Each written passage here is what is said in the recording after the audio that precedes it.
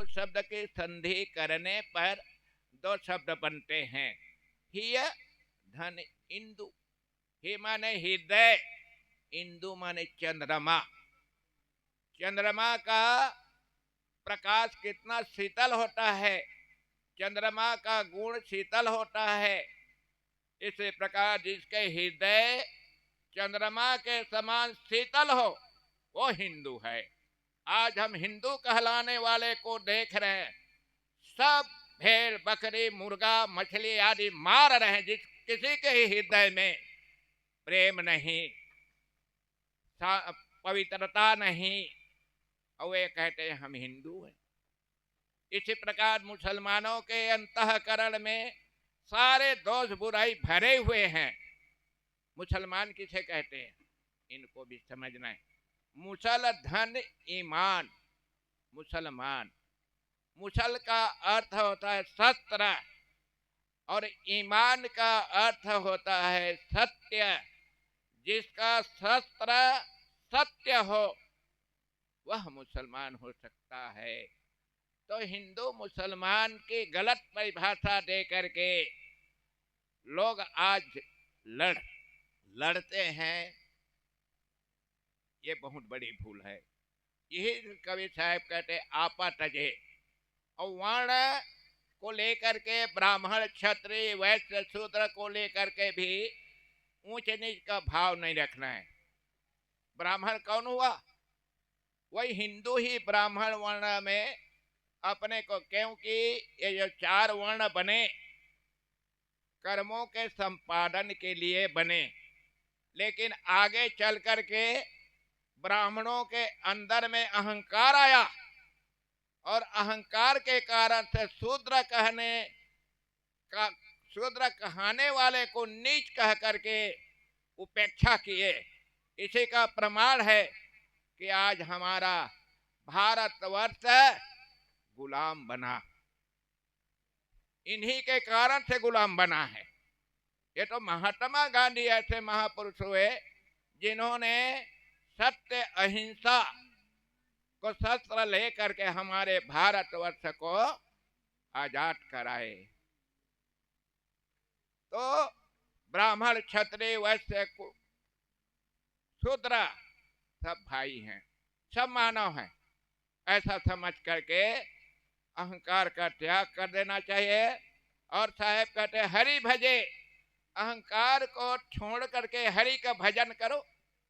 हरि का भजन करोगे शांति मिलेगी, सुखी रहोगे, कल्याण होगा। अब हरि भजन क्या है इसको भी समझें। हरि भजन कह दिए लोग आज, जो हमारे धर्म के अगुआ लोग, हरि, तो हरि शब्द को लेकर के आज लोगों में भ्रम है। राम शब्द को लेकर के भ्रम है, भगवान शब्द को लेकर के भ्रम है। हम भगवान कहेंगे, राम कहेंगे, हरि कहेंगे, पाप से मुक्त हो जाएंगे। ये बहुत बड़ी विडंबना है। आज ऐसी बातें समाज को बता बता करके कमजोर बना दिए। सदगुरु कबीर साहब ऐसा नहीं किए। उन्होंने हरि भजन के बारे में कहा है। भजन किसे कहते हैं, मन की तरंग मार लो बस हो गया भजन, आदत बुरी सुधार लो बस हो गया भजन। कितनी बढ़िया बात कह रहे हैं कबीर साहब। भजन, भज धन्ना, भज माने याद करना, ना माने नहीं, याद नहीं करना ही भजन है। आज हम ये विषय को याद करते रहते हैं, इसलिए द्वंद्वित रहते हैं। हर समय विषय को याद कर रहे होते हैं। खाए हैं उसको याद कर रहे होते हैं, देखे हैं उसको याद कर रहे होते हैं, शब्द सुने हैं उसको याद कर रहे होते हैं। तो हरि भजन कहाँ हुआ। हरि भजन का अर्थ होता है याद करना छोड़ दो। हरि कहते हैं जो दुखों को हरे, और दुखों को कौन हरता है, सदगुरु संत, पहुँचे हुए संत, विवेक विचारवान संत, विवेक विचारवान सदगुरु हमारे दुख को हरते हैं। इसलिए सदगुरु हरि कहलाते हैं। ये मानव ही हरि है। यदि एक दूसरे के दुख को दूर करते हैं तो ये मानव को छोड़ करके अन्य हरि सब झूठ है। हरि हरि कहने से कोई सुखी नहीं हो जाएगा। हरि को जाने। वैसे तो हरि का अर्थ बहुत है। भौतिक क्षेत्र में हरि का अर्थ बताता हूं मैं। हरि खोजन हरि को गए, हरि रहे हरि पात, ये हरि वो हरि मिल गए, तब हरि भय उदात। देखो कितने बार हरि आया, और ये जितने हरि यहाँ शब्द गूंजा उसका अर्थ क्या है? हरि खोजन हरि को गए। हरि माने सर्प, हरि माने सर्प। हरि खोजन हरि को गए। सर्प हरि का अर्थ है मेंढक।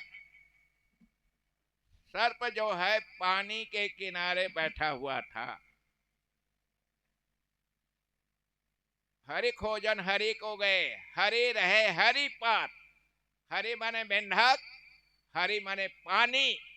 पानी के किनारे मेंढक बैठा था। ये हरि वो हरि मिल गए।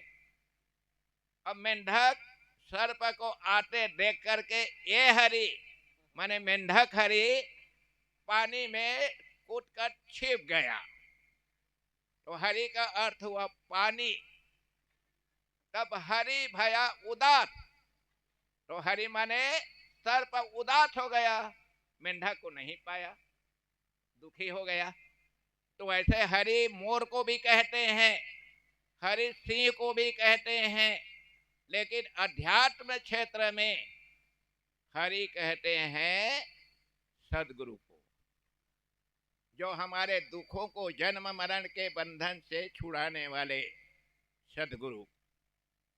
अब सदगुरु तो बहुत है दुनिया में, सभी अपने अपने सदगुरु की महिमा बता रहे हैं। हमारे सदगुरु तो ये बताए, हमारे सदगुरु तो ये बताए, हमारे सदगुरु के अनुसार से हम चल रहे हैं, और आपस में लड़ रहे हैं। तो क्या सदगुरु लड़ना सिखाएंगे? सबके सदगुरु हैं, तो क्या सदगुरु अपने अपने अनुयायियों को भिन्न भिन्न सिद्धांत बता करके लड़ना सिखाएंगे क्या? सदगुरु को समझे नहीं, सदगुरु किसे कहेंगे? कहना चाहिए, नहीं समझे तो सदगुरु किसे कहें? देखो सदगुरु में 3 योग्यता होनी चाहिए, और मानव ही सदगुरु होता है। मानव कोई आकाश में चला गया किसी समय में, वो सदगुरु नहीं रहा है, वो सदगुरु नहीं है। अब क्योंकि वो हमारी बात नहीं सुन सकते, हमारी प्रार्थना नहीं सुन सकते, तो चले गए। आज मानव समाज में 3 योग्यता वाला मानव सदगुरु हो सकता है। पहले वह ब्रह्मचारी होना चाहिए, किसी संप्रदाय, किसी जात, किसी मजहब से संबंध न रखता हो, प्रथम योग्यता। दूसरी योग्यता है उसे कोई भरम नहीं होना चाहिए। भूत प्रेत टोना टोटका मरी मसान जंत्र मंत्र तंत्र देवता, ये भरम है। ये भरम जिस मनुष्य में ना हो, जिस मानव में ना हो, वह सदगुरु हो सकता है। और तीसरी योग्यता, जो अपने आप को यह जान लिया कि मेरे दुख सुख का मालिक मैं, गलत कर्म करूंगा अवश्य दुखी होऊंगा, अच्छा कर्म करूंगा अवश्य सुखी होऊंगा। ऐसा विचार जिनके अंदर में प्रवाहित रहता है, ऐसे मानव सदगुरु कहलाने योग्य होते हैं। तो इस प्रकार से सदगुरु हरि होते हैं। फिर साहब आगे कहते हैं, नख चिकत जय विकार। हमारे जीवन में जितने विकार हैं, उन विकारों को छोड़ने के लिए कह रहे हैं, क्योंकि हमारे जीवन में जो विकार है वही हमारे दुख के कारण बने हुए हैं। भय, चिंता, क्रोध, लोभ, मोह, ईर्ष्या, राग, द्वेष, ये विकार ही हमारे दुख के कारण बने हुए हैं। जब तक विकार को नहीं निकालेंगे तब तक चाहे हम कुछ भी कर लें, यज्ञ कर लें, जप कर लें, पूजा कर लें, मंदिर में जा कर के गंगा नहा लें, कुछ भी कर लें, कभी सुखी हो नहीं सकते, क्योंकि हमारे दुखों के कारण हमारे दोष दुर्गुण होते हैं। तो इस प्रकार सदगुरु कबीर साहेब दोष दुर्गुणों को निकालने के लिए कहते हैं आपा तजय हरि भजे नखशिक तजय विकार, सब जीवन से निर्भर रहे। और ये प्राणी, जितने प्राणी है दुनिया में, चींटी से लेके हाथी तक, सभी प्राणी के साथ अच्छा व्यवहार करें, जानबूझ करके किसी को दुख ना दें, किसी को पीड़ा ना दें, किसी की हत्या ना करें, किसी के धन को ना छीने, किसी को बलगलाए ना, किसी को गुमराह ना करें। लेकिन आज समाज में देखा जा रहा है ऐसा व्यवहार नहीं हो रहा है। तो साहेब वही कहते हैं नख शिखर तजय विकार, सब जीवन से सारे प्राणियों, जो प्राणियां इस पृथ्वी में हैं, उन प्राणियों से प्रेम का व्यवहार करें, ये साहेब कहते हैं। नख शिखर तजय विकार, सब जीवन से निर्भय रहे, साधु मता है साधु मता का ये अर्थ ना लगाइएगा कि साधु लोग जो कहते हैं वो सत्य ही कहते हैं। दुनिया में एक से एक साधु हैं और सभी साधु भिन्न भिन्न अपनी बात बता रहे हैं, सिद्धांत की बात भिन्न भिन्न बता रहे हैं। इसलिए समाज में फूट है, समाज में एकता नहीं है। तो इसलिए साधु मता का सार है सज्जनता, सद्गुण संपन्न जीवन जीने वाले को साधु कहते हैं। भेष को साधु नहीं कहते हैं। कोई भेष बना लिया साधु का और कहे मैं साधु हूं, ये बड़ी भूल है उसकी।